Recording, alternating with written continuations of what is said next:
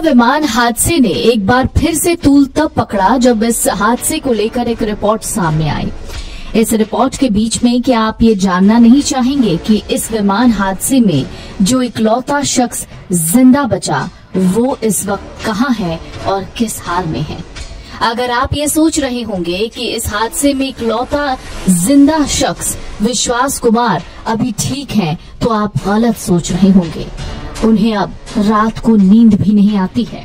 Air India विमान हादसे को महीने भर का वक्त बीत गया है, लेकिन उन परिवारों ने जिन्होंने अपनों को खोया, आज उन्हें नींद नहीं आती। और जो उस हादसे में था, जो बच गया, उसकी तो पूछे ही मत। आधी रात को हादसे की शुरुआती जांच रिपोर्ट सामने आ गई, जिसमें ये पता चला कि उड़ान भरने के बाद विमान का फ्यूल कट ऑफ हो गया था। इससे इंजन तक ईंधन नहीं पहुंचा और विमान हादसे का शिकार हो गया। इस हादसे में एक शख्स जिंदा बचा। कई लोग मानते हैं पिछले महीने की 12 तारीख को अहमदाबाद में एयर इंडिया के दुर्घटनाग्रस्त विमान में बचे एकमात्र यात्री विश्वास कुमार रमेश सबसे भाग्यशाली हैं, लेकिन वो खुद इस भयावह सदमे से उबरने के लिए संघर्ष कर रहे हैं। रमेश के रिश्ते के भाई का कहना है कि अब वो इस दर्दनाक अनुभव से उबरने के लिए दीव में रहकर मनोचिकित्सक की मदद ले रहे हैं। लंदन जाने वाला बोइंग 787 ड्रीमलाइनर विमान अहमदाबाद हवाई अड्डे से उड़ान भरने के कुछ ही सेकंड बाद दुर्घटनाग्रस्त हो गया। इस हादसे में भारतीय मूल के ब्रिटिश नागरिक 40 साल के विश्वास एकमात्र यात्री थे जो जीवित बचे।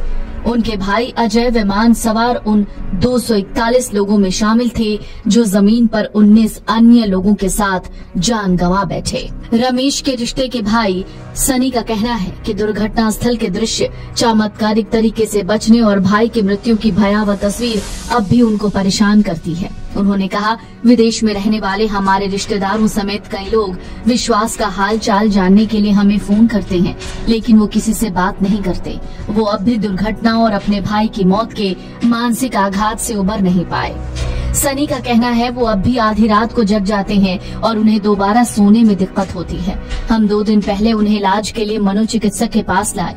उन्होंने अब तक लंदन लौटने की कोई योजना नहीं बनाई है, क्योंकि उनका इलाज अब शुरू हुआ है। रमेश को 17 जून को अहमदाबाद सिविल अस्पताल से छुट्टी मिली। उसी दिन उनके भाई अजय का पार्थिव शरीर डीएनए मिलान के बाद परिवार को दिया गया।